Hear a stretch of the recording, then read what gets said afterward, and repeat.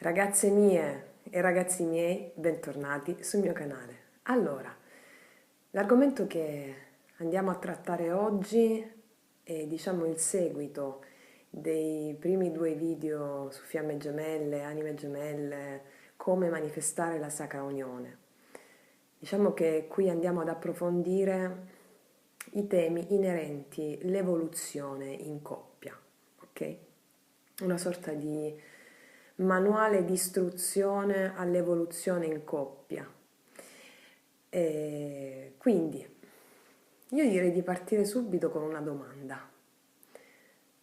Perché ci innamoriamo? Ossia, perché proviamo una forte attrazione per l'altro?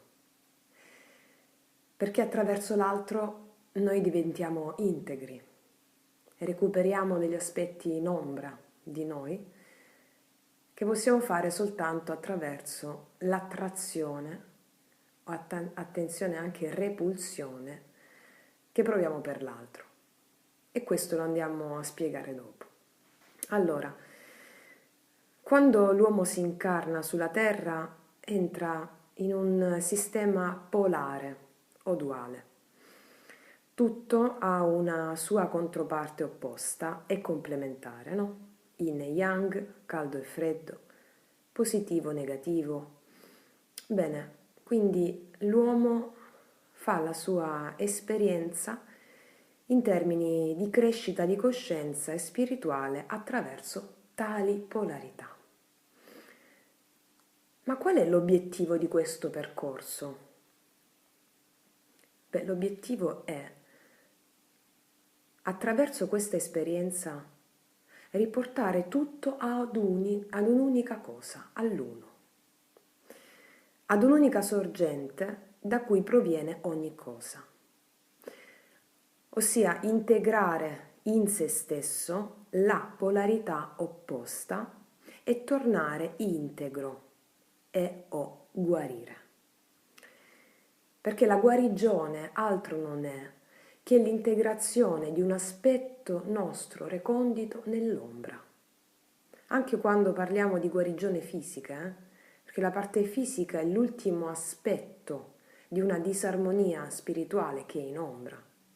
Ma di questo poi ne tratteremo magari in altri video. Allora, perché dicevamo la guarigione ha come presupposto l'integrità dei propri aspetti inconsci. Tale riconoscimento e la successiva integrazione avviene nel terreno di gioco delle relazioni. La polarità della condizione terrestre, dunque, fa sì che noi non siamo consapevoli della nostra completezza, ma come se ci sentissimo sempre manchevoli di qualcosa. Ecco, quel qualcosa sono gli aspetti celati dentro noi stessi, la cosiddetta ombra. Il ruolo dell'uomo è quello costante di rendere consapevoli i lati in ombra finora inconsci e integrarli in se stesso. Il processo di guarigione dell'uomo è proprio questo. Adesso dunque applichiamo all'uomo e alla donna questa grande legge.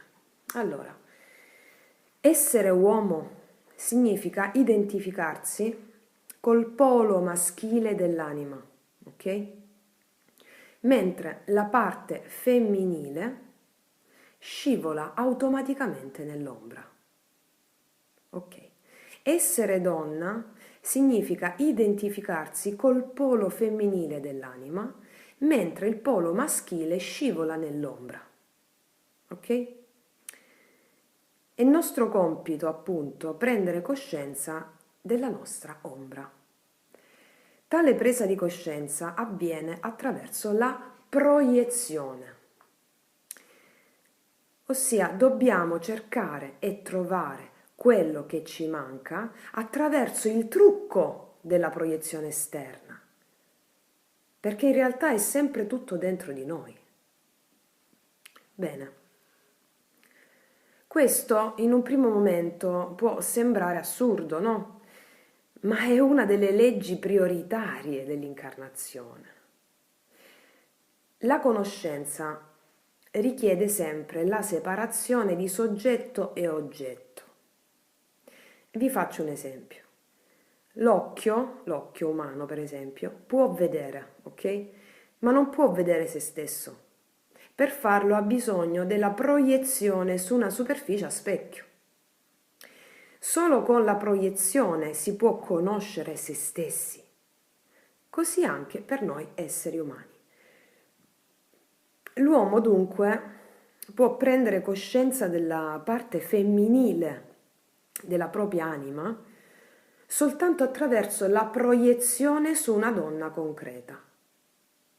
E una donna può prendere coscienza della parte maschile della propria anima soltanto attraverso la proiezione su un uomo concreto.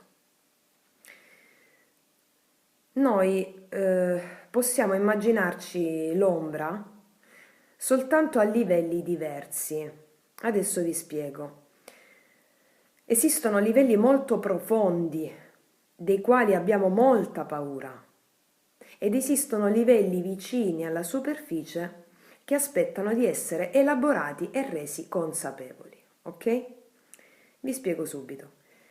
Se adesso incontro una persona che vive a un livello che in me si trova nella zona superiore dell'ombra, ok? Allora io me ne innamoro. Cioè mi innamoro dell'altra persona o anche della mia zona d'ombra, cioè la stessa cosa. Cioè l'innamoramento fa proprio parte del fatto che quella persona ha in superficie, nella parte più superficiale, più esterna, una parte della mia ombra e io me ne innamoro.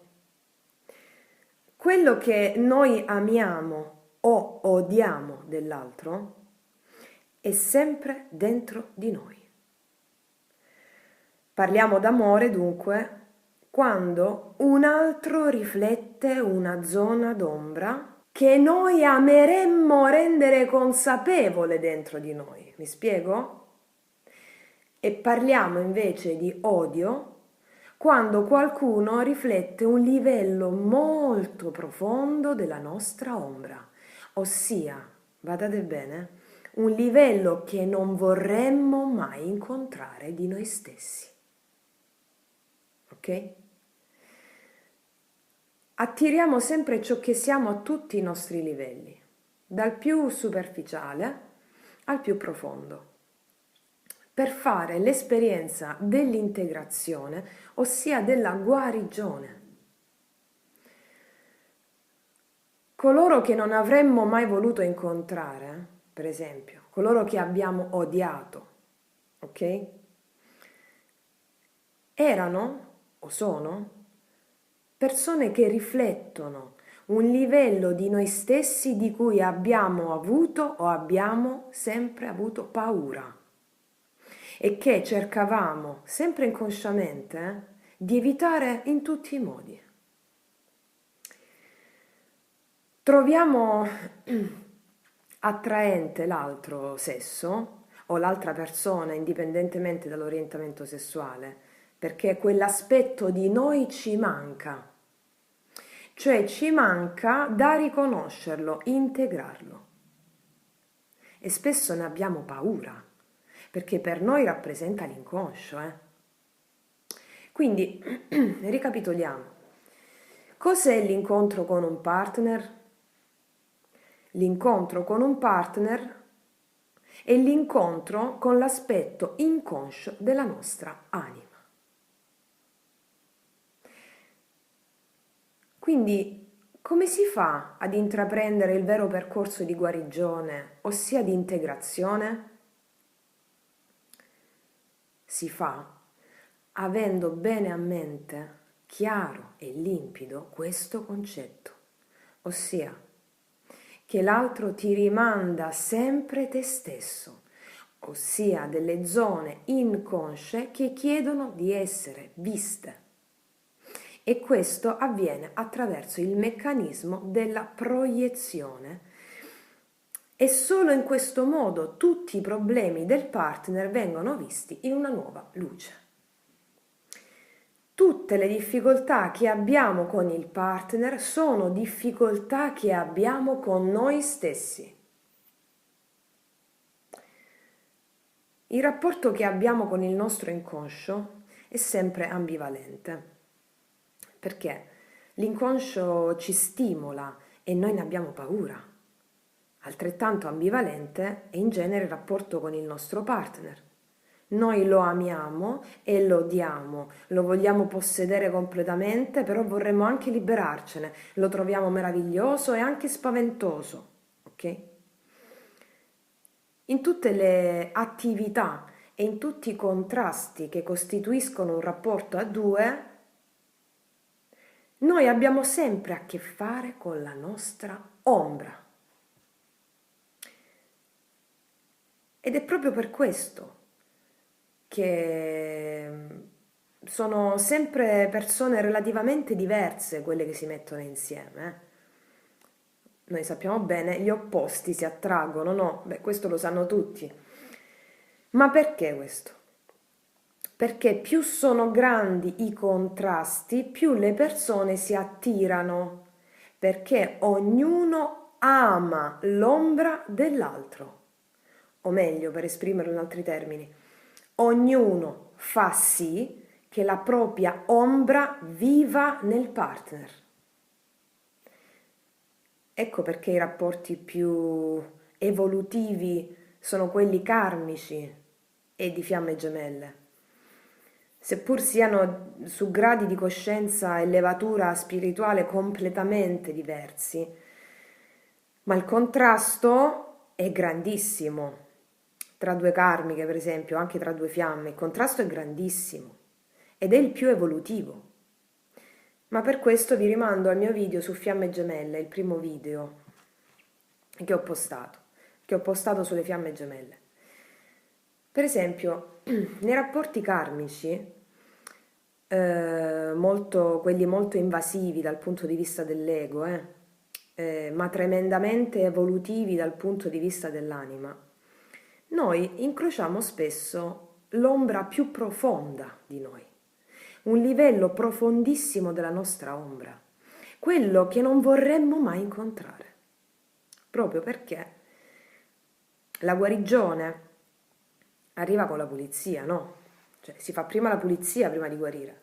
E proprio perché la pulizia interiore, o per meglio dire, il riconoscimento deve partire dalle basi che sorreggono la nostra struttura psichica, deve partire dalle fondamenta la pulizia. Quelle parti più recondite, inconsce, quelle di cui abbiamo paura, lo stanzino buio di noi stessi. Ecco una delle forme di rapporti karmici più invasivi. Perché poi si parte da quelle fondamenta lì per costruire la propria cattedrale interiore incorruttibile, che proprio perché è incorruttibile deve essere ben salda e ripulita dalle fondamenta. Bene, diciamo quindi che nei rapporti karmici, quelli pesanti, andremo noi a incontrare la nostra ombra più profonda, quella persona che odiamo. Bene, l'odio è l'avversione più forte verso quell'aspetto inconscio di noi che ci spaventa di più. Quando noi stiamo odiando una persona, stiamo odiando quell'aspetto inconscio di noi che ci spaventa di più. Quando si incontra una persona molto legata, per esempio, ad un eccessivo amor proprio, che ha sviluppato una vera e propria fissazione per la sua immagine, che rimanda agli altri, che è una persona che pone se stessa al centro esclusivo e preeminente del proprio interesse, no? Richiedendo continuamente una compiaciuta ammirazione. Ecco, queste persone sono coloro che sono incapaci di riconoscere i sentimenti degli altri.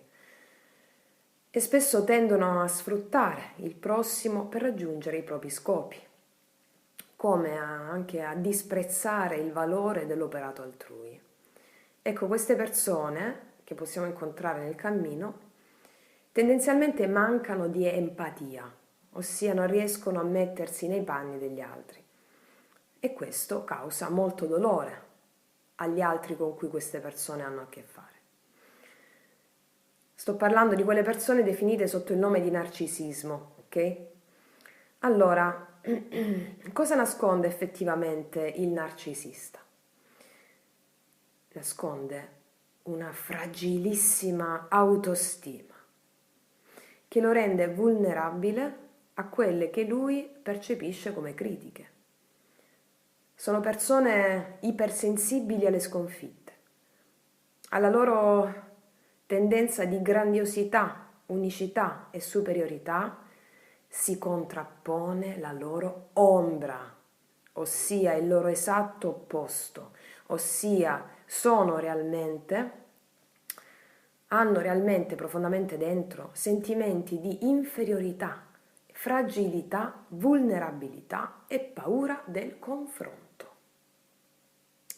Ecco cosa sono. Allora, tornando alla nostra ombra e al rapporto karmico, molte persone fragili, vulnerabili, eccessivamente empatiche, con bassa autostima di se stesse, incontreranno certamente colui o colei che metterà in scena la loro ombra più grande, più o meno narcisista. Ok? È tipico delle persone con eccessiva autostima e eccessiva empatia e bassa autostima incontrare un narcisista. Questo cosa vuol dire? Che sono loro narcisiste? No. Adesso vi spiego. Il narcisista si confronterà con la sua ombra quando incontra la persona più fragile, eccessivamente empatica, e la persona più fragile si confronterà con la necessità di avere più autostima. Quindi qual è l'epilogo di tutto questo?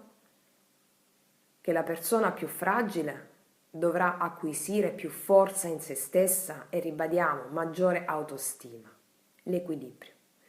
E il narcisista dovrà acquisire empatia. Questo significa integrare la propria ombra coscientemente.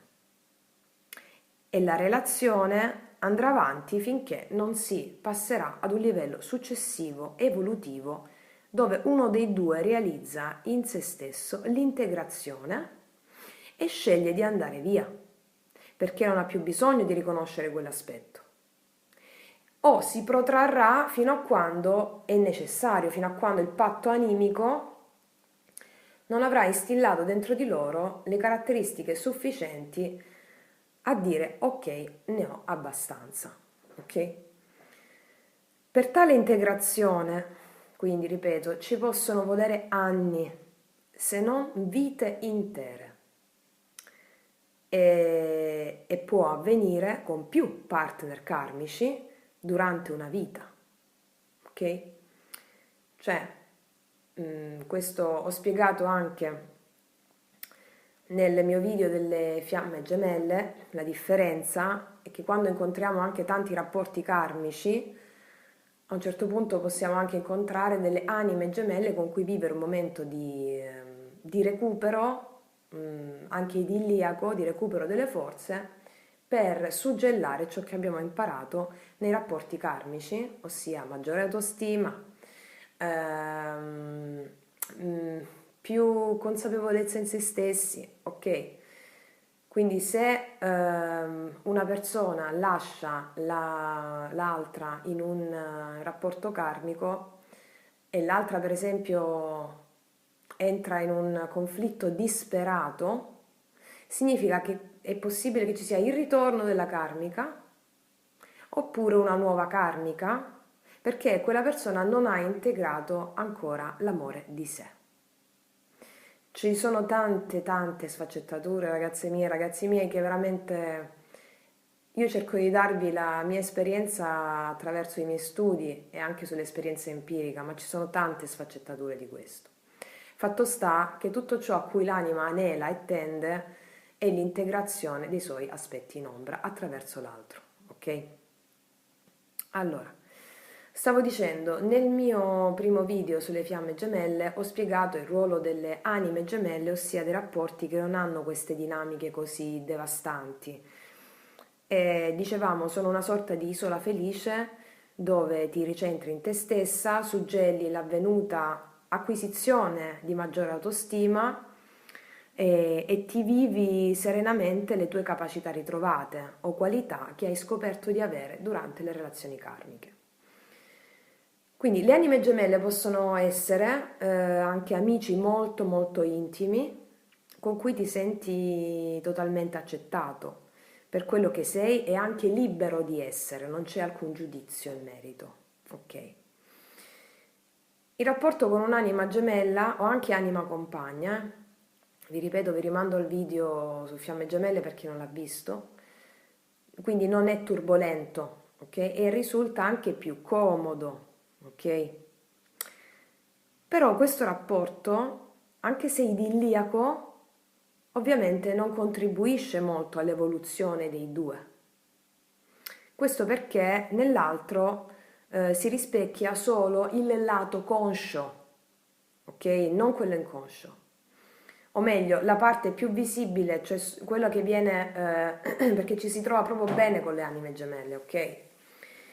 E si disquisisce, diciamo, ci si confronta su ciò che in modo idilliaco è bello, una sorta proprio di idillio, non c'è alcun problema. Ma cosa succede? Che questo a livello evolutivo non è funzionale per troppo tempo, no? E quindi a lungo andare può stancare, perché non c'è un progresso importante per l'anima che si evolve in modo repentino nei contrasti invece. Allora, succede che con l'anima gemella che succede? Che ci si ritrova reciprocamente meravigliosi e si proietta l'ombra comune invece sul resto del mondo, che poi di comune accordo si evita, ossia il proprio inconscio si evita, l'ombra viene rispecchiata sul resto del mondo e non con l'altro perché l'altro è meraviglioso. Quindi gli altri è una sorta di nido felice dove il mondo è il resto dell'ombra, cioè vengono proprio messi via gli altri, ok? Ecco perché non è evolutivo, può essere come una sorta di cottage di montagna di riposo, ecco, o un'isola caraibica di riposo, ecco, dopo un po' ti annoi, questo è il senso. Allora, il fatto sta però che ci sono persone che vivono tutta una vita con l'anima gemella e attenzione, ripeto, sono tante sfumature, ragazze mie. Però mentre vivono con l'anima gemella tutta una vita, che si possono anche sposare con l'anima gemella, incontreranno dei partner karmici extra, ok? Che magari non significa a livello amoroso, ma anche persone karmiche con cui non hai rapporti sensuali, sessuali, ma rapporti proprio di rapporti che ti scatenano dentro comunque sia un lavoro interiore di grande portata. Ok. Quindi possiamo dire che per evolvere spiritualmente sono utili i contrasti, perché soltanto lavorando sulla propria ombra, rappresentata dall'altro, ci si avvicina sempre di più a se stessi. E per questo, su come proprio approcciare all'altro in termini evolutivi, vi rimando al mio video intitolato Come manifestare la sacra unione di fiamma. Allora, come dovrebbe finire dunque idealmente dico, un rapporto? Beh, nel caso ideale, alla fine di un rapporto dovrebbero trovarsi due persone che sono diventate intere in se stesse o almeno più integre, avendo illuminato i propri lati d'ombra, inconsci, integrandoli alla propria coscienza. Alla fine, quindi non troveremo più due persone in preda al focoso innamoramento che non vivono l'una senza l'altro, ma troveremo due persone che hanno integrato, grazie alla proiezione dell'altro, la loro ombra. E cosa accade inconsciamente in chi sente e dice di non poter vivere senza l'altro? Cosa accade dentro? Mi sarà ovviamente capitato di dire non posso vivere senza di te. A chi è che non capita? Non è capitato. Ok. Cosa accade? Allora, la pretesa di non poter vivere senza l'altro mostra che quella persona utilizza l'altro per far vivere la propria ombra e non vuole prendersi la responsabilità di se stessa, perché non vuole tentare di elaborare e recuperare la proiezione. E a quante di noi è successo tutto questo? Quante di noi non riuscivamo proprio a capire questa cosa? Beh, a me personalmente mi hanno aiutato tanto gli studi, anche la terapia, a capire che effettivamente stavo proprio rinunciando a una grande occasione di evoluzione su me stessa. Però poi l'ho dovuto ammettere. Ho dovuto ammettere questa cosa. Ma che cos'è che ho dovuto ammettere? Cos'è che sta accadendo veramente in questo caso? Che uno dei due partner non sta consentendo all'altro di evolversi, quando non riusciamo a lasciare andare l'altro. Non vogliamo che l'altro si evolva. Quindi non c'è vero amore. E per ammettere questo non è facile. E io ve lo dico per esperienza, non è facile. C'è a livello inconscio la voglia, il nostro ego di tenere attaccata quella persona lì. Ma questo è uno step evolutivo attraverso cui passiamo tutti, proprio perché per arrivare a 100 bisogna passare le tappe intermedie, no? Quindi la grande guarigione e quindi la grande verità è che un rapporto a due ha raggiunto il suo scopo quando non si ha più bisogno del partner. Solo in tal caso la promessa dell'eterno amore può essere considerata seria. Questo è ciò che, per esempio, chi incontra la propria fiamma incarnata sul piano della realtà 3D è pronta spiritualmente a fare, ossia a integrare totalmente la propria controparte yang, sia che sia donna o uomo, e la propria controparte yang e quindi è pronta ad amare in modo incondizionato, senza condizione alcuna, la fiamma che va e viene o sparisce per mesi, anni. Amarla a prescindere, senza attesa, nel senso amarla proprio a prescindere, senza più il bisogno del controllo. Questo l'ho spiegato spesso. Arrivare a questo punto significa arrivare a un livello di elevazione, levatura spirituale straordinaria.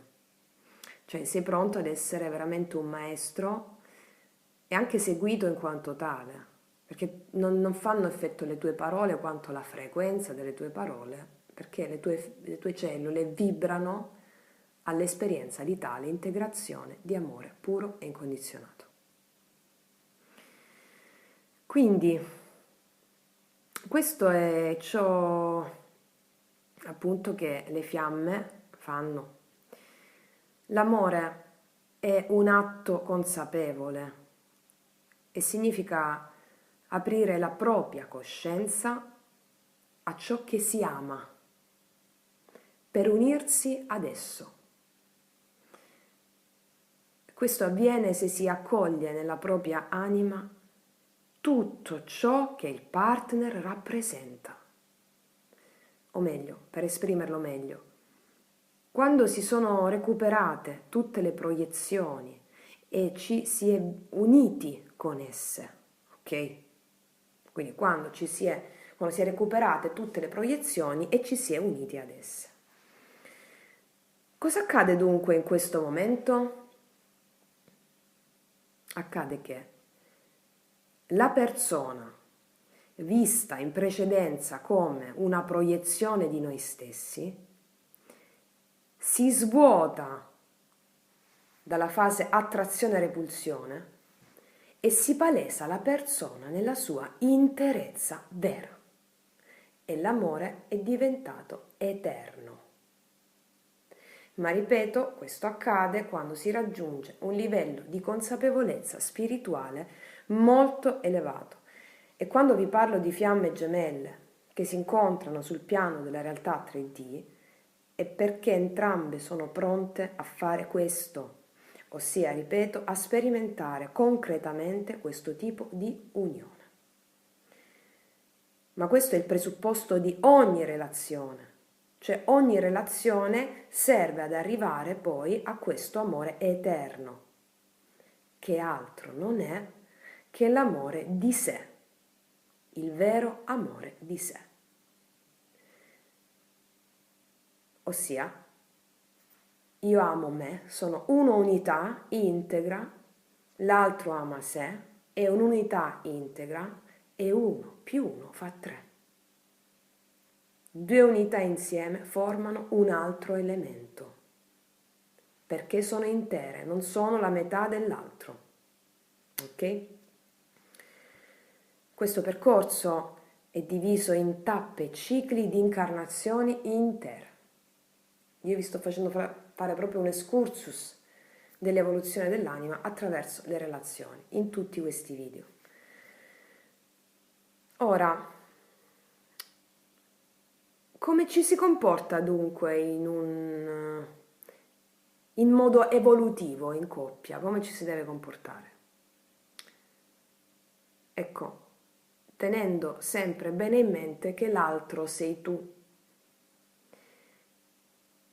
E per come farlo, questo processo, come adempiere a questo, ve ne ho parlato nel mio video su come manifestare la Sacra Unione di Fiamma. Quindi, considerando questo, la coppia ha una chance. Ossia, se noi consideriamo l'approccio all'altro come l'altro che mi rimanda parti di me in ombra e quindi mentre l'altro parla vedo una parte di me che sta parlando, ok, come vi ho spiegato anche nell'altro video, allora la coppia ha davvero una chance di evolvere. Se tu sei disposto a lavorare sugli archetipi che ti rimanda la coppia, allora stai evolvendo. Ok? Ripeto, l'ho spiegato nell'altro mio video. Poi può capitare che dopo un certo tempo uno dei due abbia integrato totalmente l'ombra che quella relazione gli ha proiettato e la relazione stessa finisce perché uno dei due è andato più avanti e non sente più il bisogno, che è quello che ti lega attrazione all'altro, e con accettazione e gratitudine abbandona il campo, proprio come vi ho spiegato prima. Ma nel caso in cui uno dei due cade nella disperazione, come stavamo dicendo prima, significa che non ha integrato la sua ombra e nel caso quella persona che è andata via non torna, l'altra incontrerà un'altra karmica o un'anima gemella di supporto per un certo tempo, affinché lei non acquisisca completamente quella parte subconscia di se stessa che è proprio nella parte più profonda di sé. Attiriamo sempre ciò che siamo. E più ci avviciniamo ad essere la vera autenticità di noi stessi, quell'unicità che solo noi abbiamo, a riconoscerla, ossia con tutti i nostri pregi, ma soprattutto quello che un tempo avevamo giudicato difetti, che non erano altro che le nostre ombre non ancora integrate, no? E quindi più manifestiamo concretamente la nostra unicità, senza più il bisogno di compiacere nessuno, perché non abbiamo più bisogno, abbiamo integrato l'aspetto in ombra, che riguardava anche la paura del rifiuto, ok? quando noi vogliamo a tutti i costi piacere all'altro per paura di perderlo e quindi noi mascheriamo la nostra vera autenticità, non ci facciamo vedere così veramente per come siamo, e che cosa accade? Che l'altro ci lascia. Perché? Perché ci sta insegnando che dobbiamo far vedere la vera parte di noi, dobbiamo amare la vera parte di noi. E quindi quando questo, nelle relazioni molto impegnative o karmiche, comunque sia in una relazione, quando noi abbiamo elaborato la paura del rifiuto, proprio perché iniziamo a manifestare la nostra autenticità, verità, così come siamo, cioè proprio in modo spassionato, ecco, attireremo a noi persone sulla nostra stessa lunghezza d'onda, ossia persone, amici e partner che accettano e riconoscono se stessi anche, mi spiego, sulla nostra stessa lunghezza d'onda. Attireremo persone che ci corrispondono e saremo sempre più lucidi nel vedere ciò che non ci corrisponde più. E quando vedremo qualcosa che non funziona, quel qualcosa che non funziona corrisponde a qualcosa che anche dentro di noi è irrisolto e lo smascheriamo subito, cioè prendiamo sempre più coscienza di questo, con questo tipo di approccio evolutivo. Si inizia quindi ad assumere tutta un'altra prospettiva, ok? Ora, può durare un rapporto? Allora, ora vi dico una cosa imprescindibile. È imprescindibile in un rapporto sano e duraturo lasciare sempre un margine di spazio di novità. Ossia, non credere mai di conoscere veramente l'altro, perché è questo il margine che fa durare una coppia. Essere aperti all'incognita, perché l'altro è un intero universo. Le coppie sane che durano nel tempo è come se hanno resistito alla tentazione di addomesticare l'altro dentro di loro. Ecco, cioè hanno resistito alla tentazione di farlo diventare come un soprammobile, cioè quella stessa cosa che fa dire lo conosco come le mie tasche. Sbagliato, sbagliato, sbagliato. Ecco perché poi si sfasciano per tanti altri motivi, ma il fatto è che fa rimanere sempre quel margine di novità, ossia vedere sempre l'altro come una persona nuova, perché l'altro è una persona nuova tutti i giorni, perché noi siamo una persona nuova tutti i giorni. Cioè le cellule del nostro stesso corpo del nostro stomaco cambiano ogni 3 giorni, abbiamo un margine di cambiamento di cellule costante.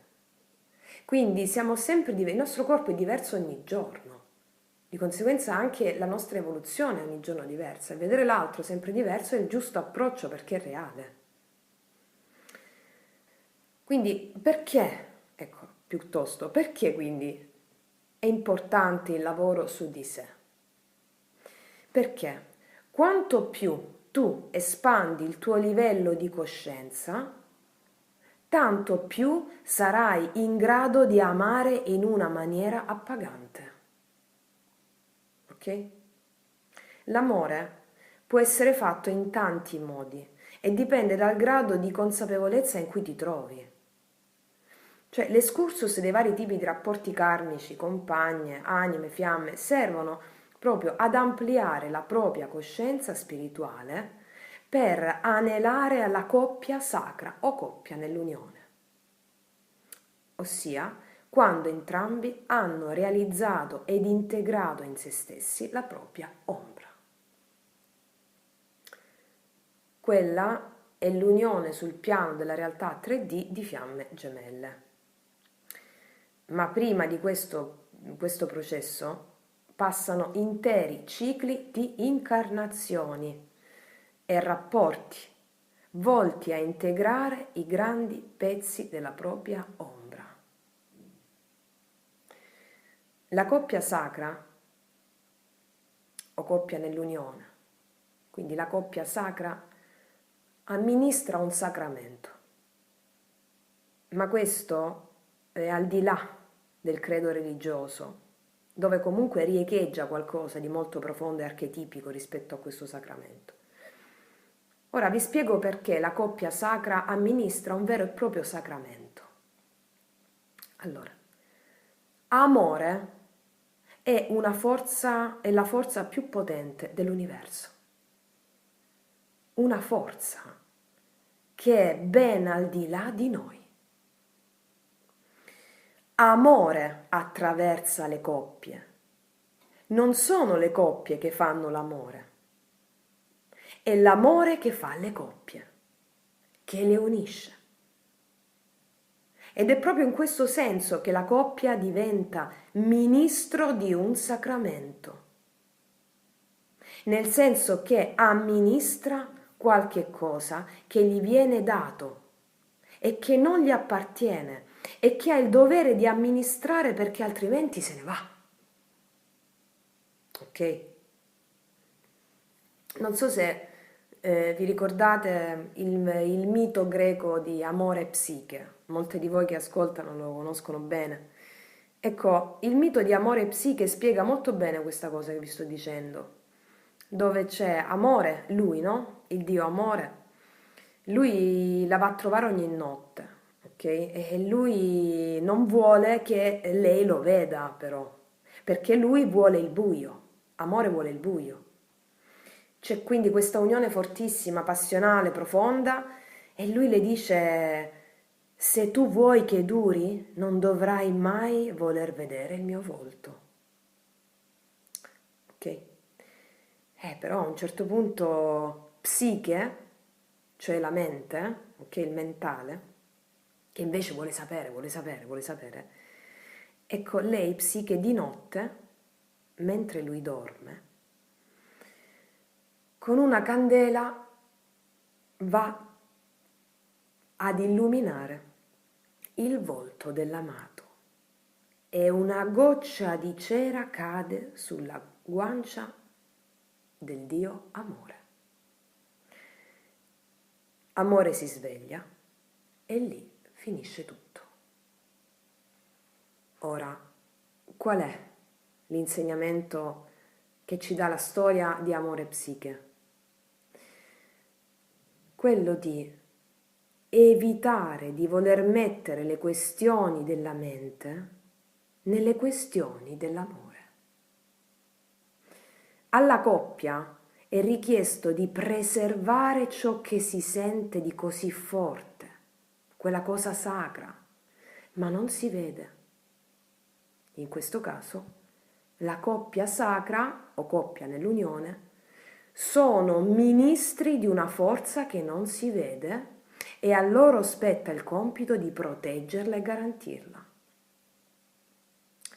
E questo lo si fa attraverso un'attenta e costante analisi, autoanalisi di se stessi con profonda umiltà e sincerità, come vi ho spiegato nel video chiamato Come manifestare la Sacra Unione, cioè con quelle domande di autoanalisi e il relativo approccio pratico su come viversi un vero rapporto di coppia evolutivo. Dunque, per concludere questo podcast di oggi, che ci tengo sempre a postarvi del materiale di approfondimento, no? In modo tale che voi possiate andare a sedimentare dentro di voi veramente dei pensieri edificanti sulla base delle grandi leggi e della verità. Ecco. Quindi, ragazze mie e ragazzi miei, per concludere oggi, quello che vi voglio dire è che ogni coppia che si unisce è unita da amore, che sia karmica, gemella, fiamma, compagna, ok? E affinché noi possiamo rendere onore a tale magnifica responsabilità, dobbiamo essere umili e onesti con noi stessi, approcciando all'altro come il nostro maestro. affinché si possa integrare ogni giorno di più la nostra totalità, meglio conosciuta come maestria. E con questo, ragazze mie, ragazzi miei, vi ringrazio, vi abbraccio dal profondo del cuore e ci vediamo alla prossima. Grazie ancora.